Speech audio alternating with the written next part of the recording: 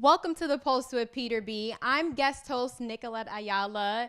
Let's get you to the pulse on everything you need to know. Today's show is brought to you by Hudson Regional Hospital. You can find out more information at the link on the bottom of the screen. Today's show is also brought to you by the Dream Project, which you can also find out more information at the link at the bottom of the screen as well. And joining us is our Places Insider, Krista Stucchio from #FoodPick. What's up, my girl? Always happy to be here. Always happy. I know it's been not too long since I've seen you last, but figure we just jump right in. Today we're talking about Toasty, which is located at 1024 Washington Street. Yes, near my old apartment, actually. Okay. So that's actually how I became to love this place. Oh, you're a vet, girl. You're a vet. I am, and I need to shout out my best friend Julia because this is also her favorite spot. And she Shout out to Julia. We love you, Julia. She no longer lives in Hoboken, but it's her favorite spot, and she's like so excited that I'm talking about it. So, all right, let's go. Let's dive right in. Let's go. Okay, so Toasty is very, I would say, very classic homey feel, almost like diner vibes. Okay. And you can they have like their front counter, you can grab and go and get some good coffee, some good pastries. Okay. Or you can dine there for, something quick or something a little bit more extensive. Okay. So now, last time you were there, what was the dish that you went in? You were like, I need this dish right now. What did I get last time? I have notes on my phone because I didn't want to forget anything. So last time, I think I got the veggie burger. Okay. Which sounds kind of crazy for me because I love burgers, like real burgers. Like I'm not a vegetarian. Who doesn't love burgers? So it's kind of unlike me to order a veggie burger. But what caught my eye about this was the condiments that were on it. Okay. I'm a condiment girl, so this caught my attention right away. There was guac, tomato pesto, and I believe it was a sriracha mayo, mustard mayo, honey mustard mayo, and honey mustard is like my number one condiment. Are you guys listening to this right now? Did you hear this clearly? So, and then there was like, tomatoes and like all that good stuff, but it was the condiments that won me over. It's a stunning burger. Like, wait till you see this picture. It's amazing. I'm excited. I'm getting hungry right now. The colors were just like perfect. And I don't know. I mean, I feel like many people are going to think like that's a weird condiment combo, but all of it works. Like it was incredible. It all goes to the same place, Yeah. It'll work. It does. I honestly, the weirdest combinations, and honestly, I don't think this one's that weird, but they're always the best. So that's why I always go for that on the menu. Absolutely. Yeah. So that's one of my top items there. Okay. But I have two others that are kind of my go-to. Let's hear them, girl. Let's hear them. So first I want to talk about, or second, I guess, the Toasties sandwich. So this is like full on breakfast. Brioche bun. So big, soft, fluffy bun. Soft scrambled eggs, provolone, caramelized onions. Oh my gosh. And sriracha mayo. It's just like the perfect sandwich. That sounds mouthwatering. Like I'm just. It is like, when you don't want a bagel, like you're like, I just can't handle like biting into like a tough bagel right now. Right, you get the nice soft bun going. Yeah. And it's a great hangover cure too. But I do have to say, most of the time I go to Toasty, I'm hungover. Like, I'm just going to admit that. And everything on the menu is a hangover cure. Oh, my God. That's, like, perfect. Let's go. Friday night. Let's go. Friday night, Saturday morning. Meet you there. I've actually never gone for dinner. Okay. So they do have dinner, but I've only ever gone for brunch. Like, it's always just kind of like I wake up and I'm like, it's a Toasty day. And it's Toasty. Let's go. Brunch time. Right. It's brunch time somewhere, so. Yes. Okay, so now you mentioned a few things. So what's the third thing on the menu? Third thing is, so this might actually be their most popular item on the menu. Okay. It's the turmeric tuna sandwich, which sounds kind of scary. People get really nervous about the word turmeric. Okay. But it is the most incredible. If you like tuna, like tuna salad. Listen, I know we spoke last show that I'm like a lobster fanatic, seafood but I girl. think any seafood in general, I mean, oysters are still getting there. Still getting used to it. But tuna, amazing. Yes. So this comes on a croissant. And oh my gosh. Just pro tip from like the foodie world, croissant sandwiches are just so much better than like I feel like any other bun because it's so flaky and buttery and it just enhances the sandwich so much. It's mouth-watering. Yes. So this, I want to make sure I get everything that is on Listen this. carefully to this, I was guys. a little nervous. I love tuna, but I was really nervous about what was on this because I'm Okay. not a fruit girl. Okay. So this has apple and raspberry compote, which Okay. I was kind of like, I don't know about that. Okay. And then red onion and provolone. So you've got this like savory thing going on. Yeah, And then like okay. the sweet and fruity. Yeah. Perfect marriage. And the fact that it's in a croissant as well, it just tops everything up. Yes. It's just And again, the colors of this sandwich are unreal because the tuna is yellow from the turmeric. Like, amazing. Picks to follow. Picks to follow. But I remember talking to the waitress this one time saying how amazing it was. And she said there was a guy that comes in like 5 times a week to get this sandwich. Wow. So it's that good. Even if you're skeptical of tuna or apples on a sandwich, everyone should go and try this right now. Well, I'm excited to try it. I think we should definitely make a girls' day out of it. Yeah. You know, I don't know, maybe gather our friends too. Like, you know, we could do that as well. Or I'm so glad that I'm talking to you and not Peter because I would always have to pretend like I wanted to go on like a date with Peter. Right. And it's like, no, I don't. I would much No, rather have a Peter. girls' day. sorry, Peter. Bye. But I did want to talk to you about one more thing. I noticed your sweater, and I Yes. love the ambiance and the color of it. So let's just kind of talk about that quickly before we go. So this is my friend Christine in Hoboken. She started Okay. her own tie-dye business during the pandemic. It's called Besito Tie-Dye. Okay. You can find her on Instagram. And she just makes these beautiful I garments love the for, colors. I love it. toddlers, babies, adults. She's got masks going, scrunchies. It's great. Check her out. I love it. I love it. Okay. Awesome. So I'm glad we did this.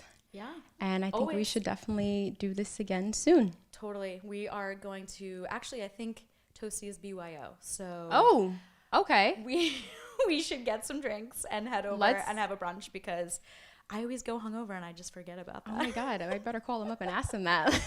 I'll hold Yeah, I you need to it if they're confirm. not. Don't confirm right now. I'll figure it out after, but I'm pretty sure they are. Okay. Oh, speaking of, one more thing. Drinks there. Drinks. Oh my gosh. So they have a great beverage menu. Okay. Tons of different lattes and cappuccino Okay. and a ton of juice and teas. Like you can really get anything there. I know like my friend Julia, who I mentioned in the beginning, she's Julia. a beverage girl and she'll Okay. usually get like, she's the one with like 4 beverages in front of her. Like She's got her tasting coffee, it all. her Yeah. water, her orange juice, her chocolate milk. Like Okay. it's everything. Okay. So coffee wise, what's their favorite, what's their best coffee on the menu? Oh, that's a great question. I honestly switch it up every time, but everything that comes out is just like it's big. It's a great size. So That's their, important, Their too. lattes and cappuccinos are highly recommended in my book. Oh, I might go over there for breakfast too. So breakfast, brunch, Yes. everything else. All right, Crystal, All it day. was good talking to you. As always. Hopefully we can do this again soon. Mm-hmm. And let's go to Toasties. Let's go. All right, we'll be right back. Peter Biancamano, your hostess with the mostest of the Pulse with Peter B. Folks, don't forget to visit our Facebook page at the Pulse with Peter B. and make sure you like and follow us on there. We're constantly updating that page with new information. And also on Instagram, for all you grammars out there, make sure you follow us there as well. We're constantly putting these really cool stories, previewing all of our episodes. And if you don't want to DM us through our Instagram or message us through our Facebook, you can always email us. And that's at thepulsewithpeterb@gmail.com. We look forward to hearing from you. Welcome back. My name is Pavel Sokolov, guest host today. I'm here with Josh Einstein Sotomayor to provide commentary on our local news and happenings here in Hudson County. Josh, I'm sure you've noticed the recent ice storms and the upcoming storm tonight. I'm sure you've recently noticed all of the ice everywhere, the snow that's still piled up. What do you think? Should have our cities done a better job at clearing up the snow and dealing with this parking situation? Well, at first I'd like to say it's good to have you back on the show. You're definitely way better than the host of the show that sometime sits in the seat next to me. I've been told. Yeah. Although I think he might actually be taller. I'm not sure who's taller. But in terms of ice, I definitely think that the city has been delinquent. I know there's been people that have been getting tickets because they haven't moved their car when the snow is being moved by the by the trucks out of the to create more parking spaces or to clear up more parking spaces, so no residents are annoyed by that. And also, I would be surprised, to say the least, if ice and water didn't have something to do with the two recent transformer explosions and fires that happened both uptown in this week alone. So I believe one of the transformers that caused a blackout that affected 5,000 people in Hoboken was actually above ground, and I believe one was below ground. Do you know anything about this? So it looks to me that when the salt water melts and seeps underground, the transformers aren't shielded well enough, causing the salt to corrode the electric cages and leading to explosions that we saw all yesterday. I'm wondering if the city is taking preemptive measures for any new construction, especially with them expanding our electrical grid, to make sure that any new transformers are shielded, or at least doing a more proactive job of keeping up with the snow. Because with the more construction going on, less parking spots, and the snow piling up on the parking spots we do have, I do see people getting ticketed and being forced to park in yellow zones or red zones because they have nowhere else to go. And of course, the parking garages aren't dropping their prices anymore, only 1 or 2 days after the storm. So, I mean, what happens is anytime there's an infrastructure issue in a town, you always have politicians saying, we need to fix it, we need to fix it. But the reality is that fixing infrastructure, something that's below ground or high up, whether it's wires and electrical infrastructure that's up and connected to the poles or underground, is not sexy. It's not something that people notice, and it's not something they can slap their name on. So just like the perennial water main bursts that happen every summer, and sometimes in the winter, but so far, fingers crossed, we've been pretty lucky on that. It's not sexy. It doesn't sell. There's no pitch. It doesn't bleed, so it doesn't lead on the political agenda of the politicians, because what they do is they want to go to something where it can be a renaming, or where they can get credit for donating to a nonprofit or something to that effect. Not that those things are bad, but those things bring more positive attention. Those are things that are more in your face versus transformer or protecting our electrical or water infrastructure or our parking spaces. So really, they just kind of kick the can down the road in the main until there's an emergency, and hopefully we won't see any more problems with transformers and water mains in the future. But speaking about another type of ice, there was a protest today, an annual protest that a bunch of people that are against the ICE agreement between the county jail and the Immigration and Customs Authority, or Immigrations and Customs Enforcement, have to hold illegal aliens that are awaiting their deportation hearings in the county jail close to New York City, where they were picked up. What are your thoughts? Well, fundamentally, it's always a question of safety, the crime statistics, and what's going on in our county, right? You have to weigh the realities of, is this contract with ICE helping the population? Is it hurting it? And can we see any tangible effects? It's one thing to go and protest philosophically, which everyone has the right to do, but there's also the practical reality of, is this necessary and how is it helping? So I would like to see more concrete figures as to what the actual effects are, how many people are actually being affected by it, and what types of people are being affected by it, because there's a wide spectrum of crime. There's a difference between being picked up for simple possession of marijuana, which was already promised to us to be legalized, versus violent crimes and assaults. Well, I mean, that's another area. And I think anybody that's watched the show knows that I think protesting against the ICE agreement is ridiculous. Every nation in the world, across the world, has some sort of immigration policy. And if you violate that policy in terms of coming in illegally, you get booted. So, whether it's wrong in the United States or not, it's something that every country does because it's so much common sense.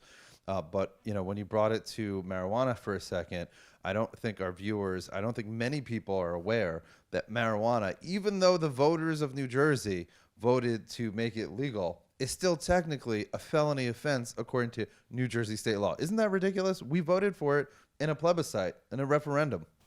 Well, I'm told our representatives in Trenton are representing our views. They couldn't even come to an agreement. They put it to a public vote, and the public spoke out, and even now they're still kicking it down the can, potentially to preserve an election in November or for some other political schemes, but it's just ridiculous that something that several times people have voiced their opinions positively for still can't be done by our government. Well, I think you hit the nail on the head. It shows the sort of moral corruption. The people of New Jersey, well, whether you were against it or for it, the people of New Jersey were asked the question, and they voted the way that they did to legalize marijuana. And the people in Trenton don't want to do it. They don't want to make the compromises that they need to make with each other to get it done. And so, they're making people suffer in the meantime.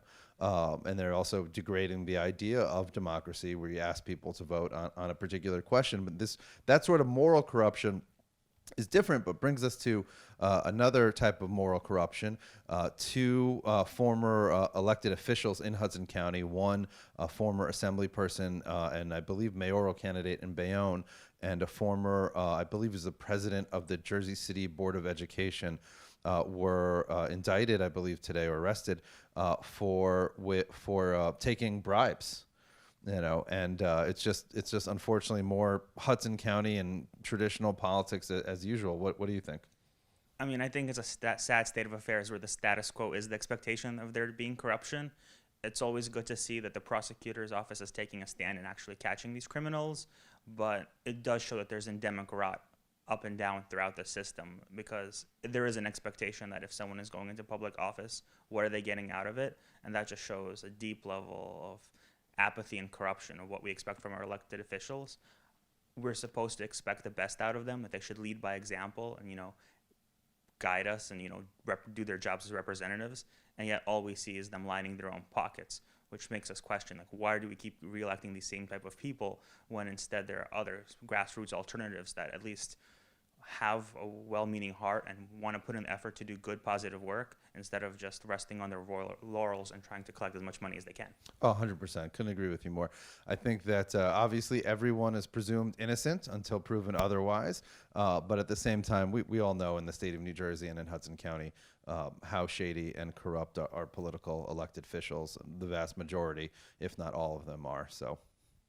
Yeah, I'm looking forward to this upcoming November election, that we can actually elect candidates who will put in the time and effort to represent their constituencies and serve a higher ideal, instead of just kicking down the can and just thinking, oh, status quo, let's sit back until the next election. We can do better in New Jersey. Amen. We'll be right back. Peter Biancamano back with you. Make sure you watch us on cable access every Sunday and Monday at 9 a.m.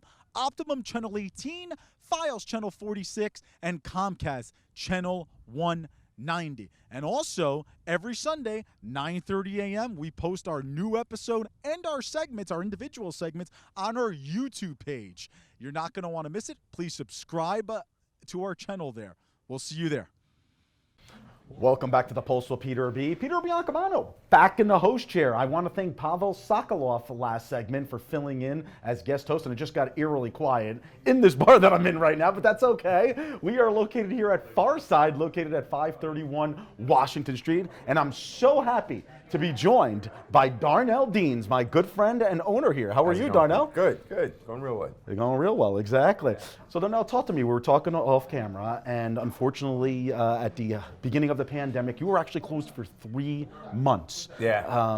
And I was just wondering if you can let the audience know, how do you tell an employee of yours that, we're not sure when you're going to come back? That was the hardest part, not knowing. Something you thought was going to take 2 weeks, I think 3 at the tops, wind up turning into 3 months. And I mean, it's unprecedented for everyone, so you couldn't really chart how to deal with it, but you did the best we could.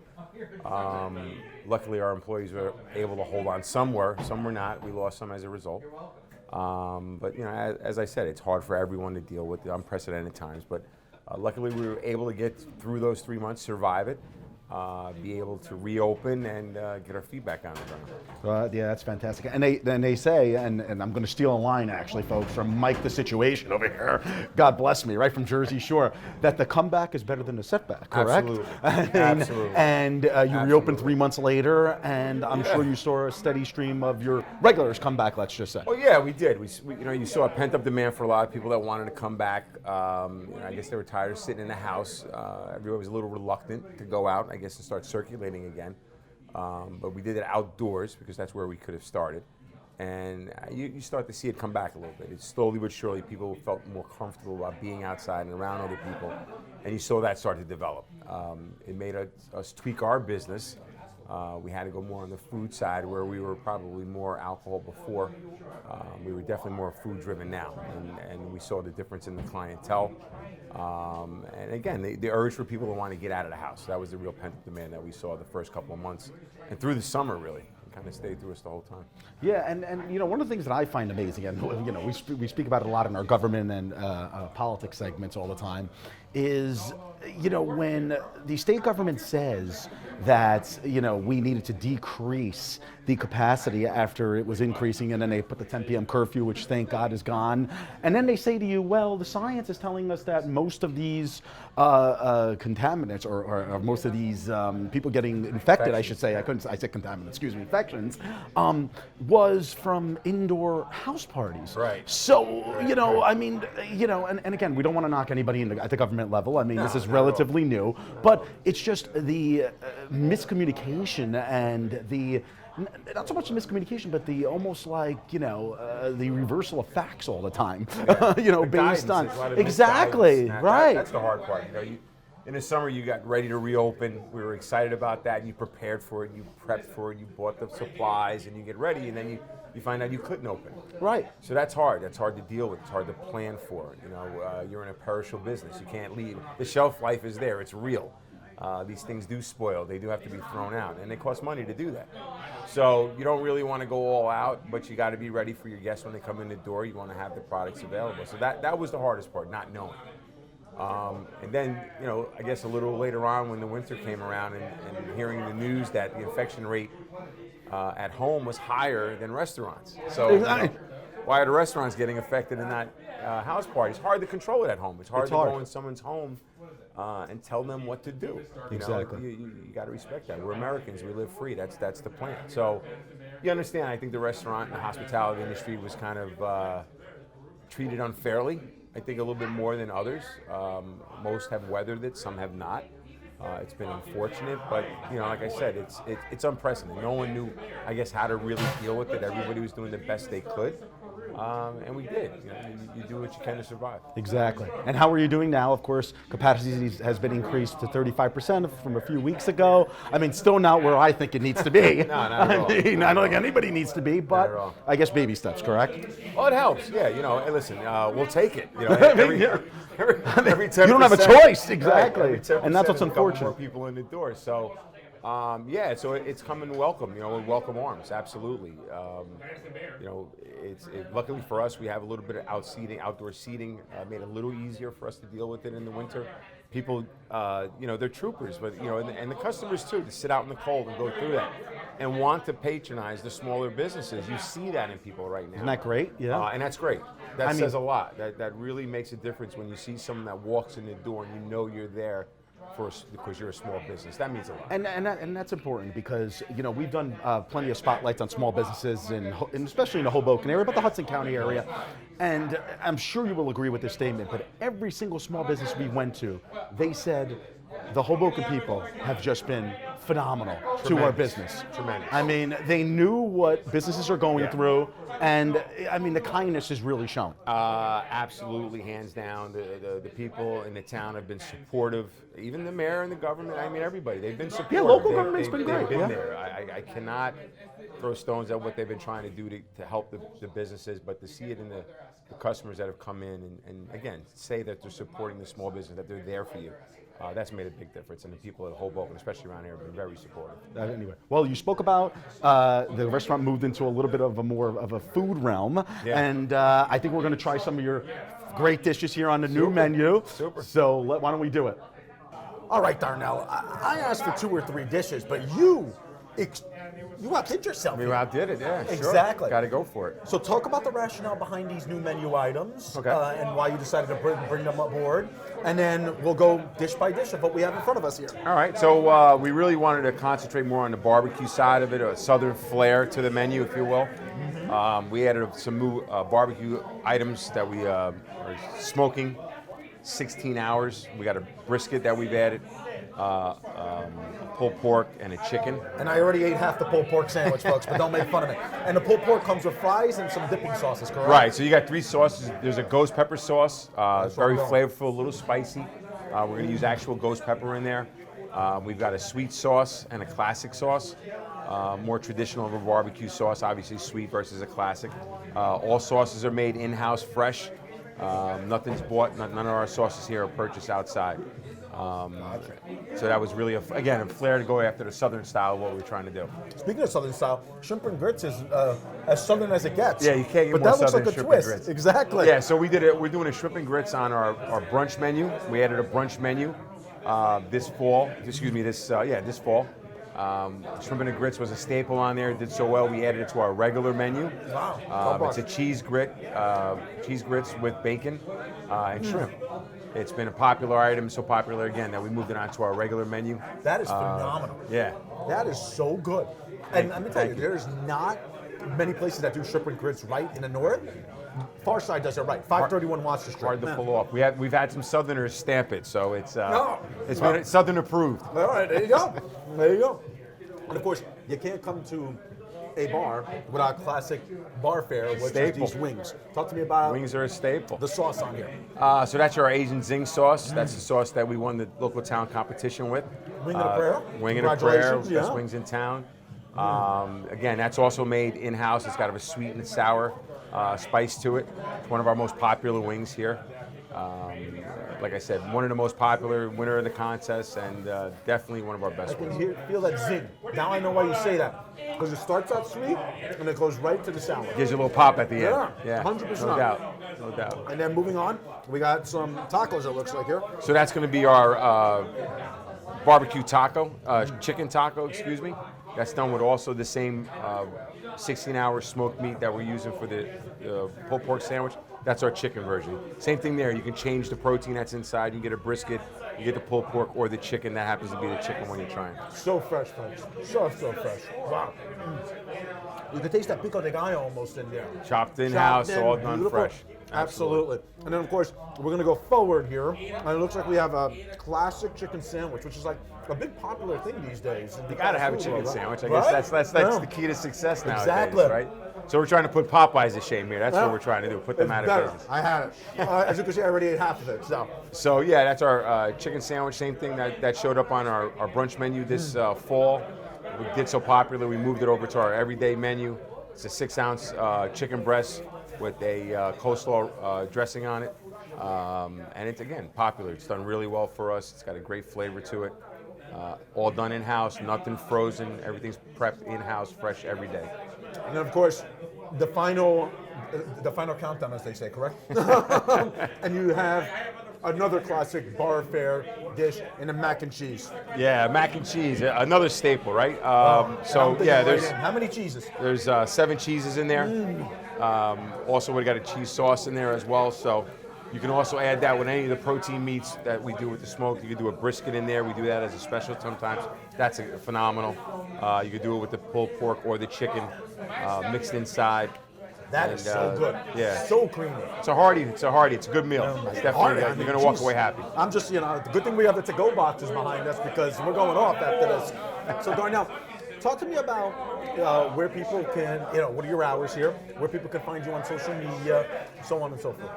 So our hours are right now 12 to 1 every day. Our kitchen closes at 9 Monday through Thursday, closes at 10 Thursday through Sunday. Our social media is farsidetavern.com. We're on Facebook, Instagram. You can find our specials on there all the time. We're doing weekly specials. We'll do a 50% off burgers on Tuesday, 50% off martinis on Wednesday. So every night of the week, there's a reason to come in and try some of the food and get a drink as well. That's what it's all about. Exactly. Now, if there's something you want to tell the audience at home who have never stepped foot in here, and besides the host telling you have to come in and try every single one of these menu items, and I'm sure everything else that he has on the menu as well. Our table wasn't big enough, folks. If you want to say something at home to the audience, of Farside Tavern here at 531 Washington Street, what would that be? Yeah, listen, our vibe is a simple one. It's a good time. We try to press a good vibe. It's like the local place. We try to call it the best kept secret in Hoboken, to be honest with you. It is. If you know, the food is, I think, exceptional for bar food. I think I'd put us out there with anybody in our lane. We've got a great, comfortable environment when you come inside. We've got an outdoor patio. You can sit in the back if you're in the summer, if you want to sit back there and enjoy yourself. Outdoor dining as well. And again, the vibe is always a pleasant vibe. It's almost like a cheers. You walk in, we're going to know your name, we're going to say hello, and you're only a stranger once when you walk in the door. You gotta love the Cheers reference, absolutely. Darnell Deans, owner of Farside Tavern, get over here. You know, even if you want to email us and I'll join you with Darnell here, I'll be more than happy to do so because I'm coming back for the food, you know, with or without you. So you might as well come with me. Anyway, thank you for joining us and best of luck going forward. Thank you, buddy. Thank you much. Absolutely, yeah. Folks, today's episode is brought to you by Hudson Regional Hospital. You can find more information at the link on the bottom of your screen from our friends there, and the Dream Project. You can find more information from our friends there, also at the link on the bottom of your screen. Thank you for joining us this week. Join us next week for the Pulse on everything you need to know. I'm Peter Biancamano. Have a great week, everybody. Take care. The Pulse with Peter B. is a proud partner of Eyes on NJ.